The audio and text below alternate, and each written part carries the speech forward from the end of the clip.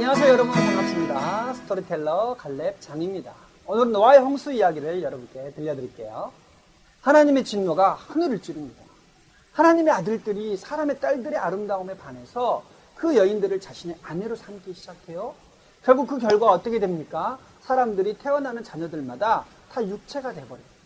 하나님의 영이 그들과 영원히 함께하지 아니하고 결국 육체로 태어난 사람들은 하는 모든 일들이 죄악을 범하게 됩니다. 결국 육체로 태어난 사람들은 육체를 쫓아 살게 되었고 그들이 하는 말이나 그들이 하는 행동이나 그들의 모든 생각이나 마음이나 계획들이 다 순전히 죄 가운데 가득가득 놀게 되고 결국 이 세상은 죄악으로 건영한 세상이 되고 마는 것이죠. 결국 거기에서 하나님께서 내린 결론이 뭡니까? 내가 이 땅을 심판하리라는 겁니다.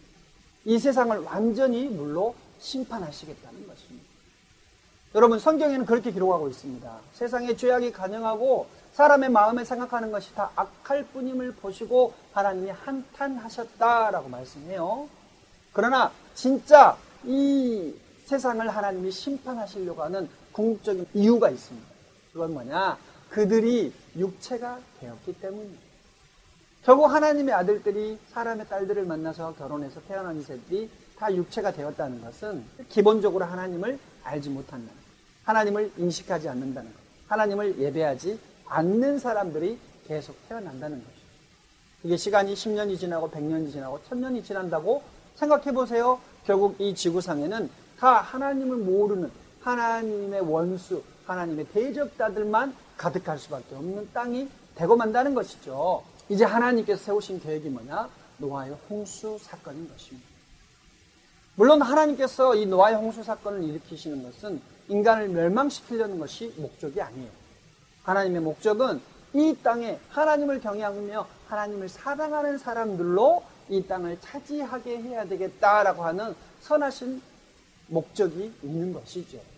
그래서 하나님께서 그 땅 가운데 비록 부패하고 죄악이 간영했으나 그 땅 가운데 선하고 의로운 자를 찾는데 그 중에 한 사람, 누가 발견됩니까? 바로 노아라는 사람이 하나님의 은혜를 입게 됩니다. 이 노아는 어떤 사람이죠? 당대의 의인이에요. 당대의 완전한 자라고 말합니다. 그 하나님께서 노아와 언약을 맺으시게 됩니다.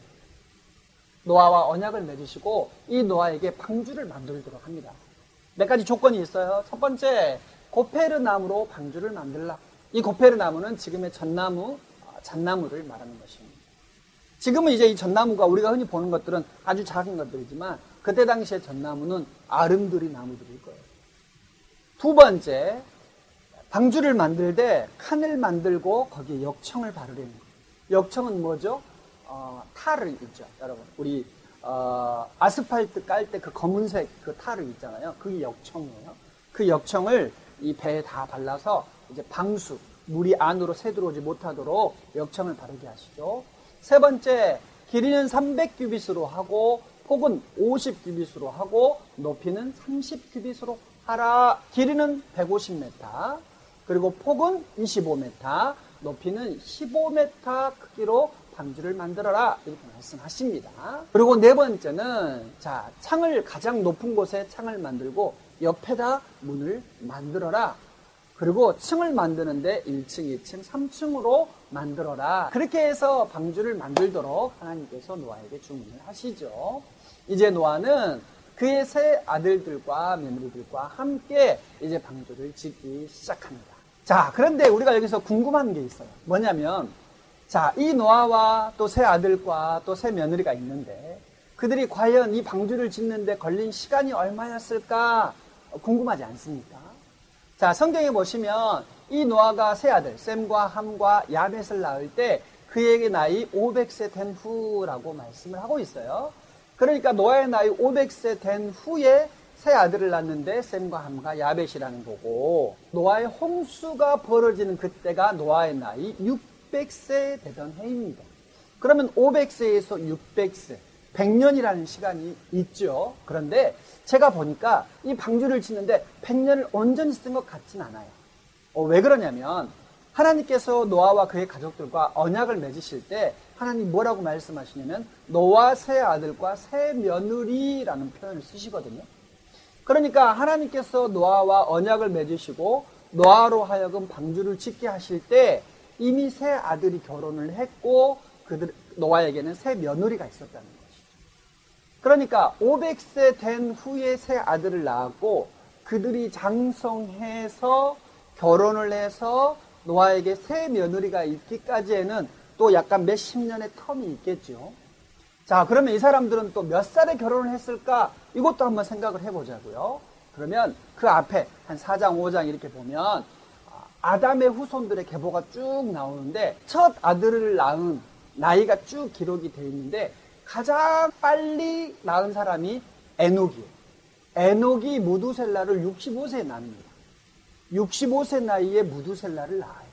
그리고 게난이 마할랄렐이라는 아들을 70세에 낳습니다.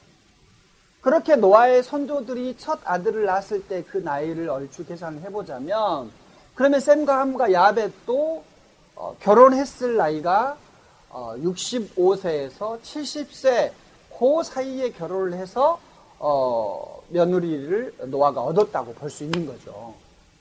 그렇다면 그게 조금 늦다 싶으면 조금 더 당긴다고 쳐도 한 50 정도는 되지 않을까 싶어요. 왜냐하면 여러분 잘 알고 있는 이삭이라는 사람도 그의 나이 40에 결혼을 합니다. 그리고 이삭의 아들 중에 야곱이라는 아들은 70세가 넘어서 이제 레아와 라헬을 아내로 맞이하죠. 그러니까 우리가 성경에 기록된 창세기에 기록된 인물들은요 생각보다 빨리 결혼을 하진 않았던 것 같아요. 그렇게 따지면 셈과 함과 야벳이 어림잡아서 한 50 정도에 결혼을 했다고 치면 아마도 노아 나이 550세에 셈과 함과 야벳이 결혼을 했고 이제 새 며느리를 얻게 되었다면 노아의 나이 600세 되던 해에 노아의 홍수가 일어난 걸로 얼추 계산을 해보면 아마 이 방주를 짓는데 100년까지는 아니고 아마 50년 정도 아니면 그보다 더 적은 시간이 소요되지 않았을까라는 그런 생각을 해보게 됩니다. 이제 그 방주에 탈 짐승들을 하나님께서 보내주십니다. 그래서 노아에게 암수 한 쌍씩 짐승들을 다 보내주시고 그 짐승들을 그 방주에 다 태우게 되죠. 그런데 한 가지요. 여러분 방주와 배는 약간의 차이가 있어요. 배라고 하는 것은 기본적으로 두 가지 구성 요소를 가지고 있습니다. 뭐냐면 첫 번째는 방향타가 있어요. 방향타. 왼쪽으로 갈지 오른쪽으로 갈지 하는 방향타가 있고 두 번째는 동력이 있습니다. 동력. 그러니까 배가 움직이려면 바람이든 모터든 뭔가가 필요하죠. 그래서 기본적으로 배라는 것은 방향키와 동력이 필요한 거죠. 그런데 이 방주라는 것은 이 두 가지가 없는 것이에요. 그러니까 쉽게 말하는 방주는 상자입니다. 그냥 상자. 방향타도 없고 동력도 없어요. 그냥 빈 상자, 그 상자를 칸을 나누어서 칸칸이 만들어진 상자라고 생각하시면 돼요. 그렇기 때문에 이 노아가 이 방주를 짓고 난 다음에 자기가 동쪽으로 갈지 서쪽으로 갈지 아니면 남쪽으로 갈지 어느 방향을 설정을 하거나 또 얼마나 빨리 갈지 계획을 하거나 그런 게 일체 적용될 수가 없다는 것이죠. 그냥 하나님께서 떠내려가게 하시는 대로 하나님이 보내시는 대로 움직일 수밖에 없는 구조로 만들어진 것이 바로 이 방주라는 것입니다. 이제 노아와 또 세 아들 그리고 며느리 셋과 노아의 아내까지 8명 이 8명의 가족들을 이제 방주에 태우시고 이제 그들과 함께 살 생명체들이 있습니다. 그래서 모든 짐승들 새를 포함해서 기는 동물들 뛰는 동물들 다 각각 암수 한 쌍씩을 하나님께서 다 그 배에 싣게 해요.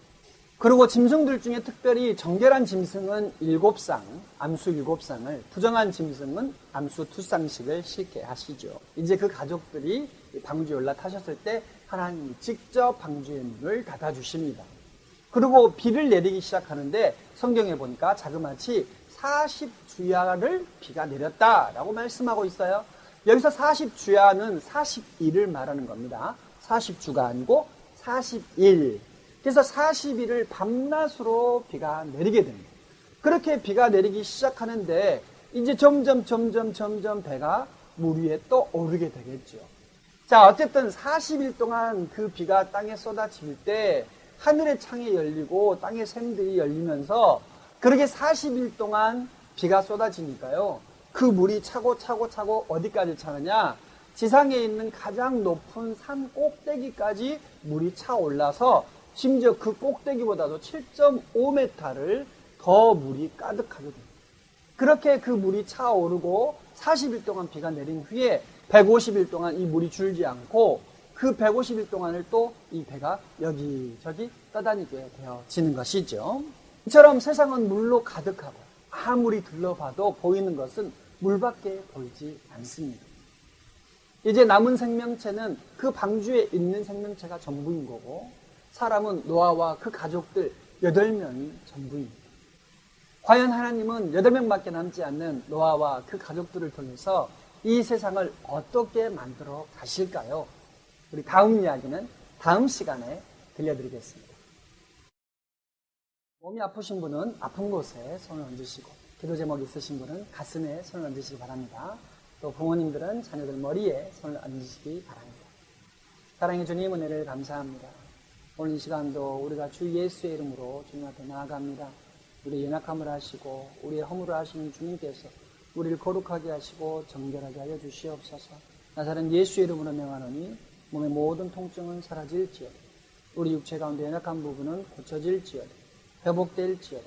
육체의 모든 질병은 떠나갈지어다. 머리끝에서 발끝까지 역사하는 모든 어둠의 권세는 다 떠나갈지어다. 아버지 하나님 오늘 이 시간도 우리 기도 제목이 있습니다. 기도의 소원이 있습니다. 아버지 하나님께서 들어응답하여 주시고 그 모든 일들이 온전히 주님의 뜻 안에서 이루어지게 하여 주시옵소서. 또 우리 자녀들에게 머리에 손을 얹고 기도합니다. 지혜를 더하시고 명철을 더하시고 영유와 능력을 도하여 주시어서 우리 아이들이 키가 자라매 지혜가 자라게 하시고 하나님 앞에 빛을 나는 아름다운 인생들 되게 하여 주시옵소서. 감사를 드리며 예수님의 이름으로 기도드리옵나이다. 아멘.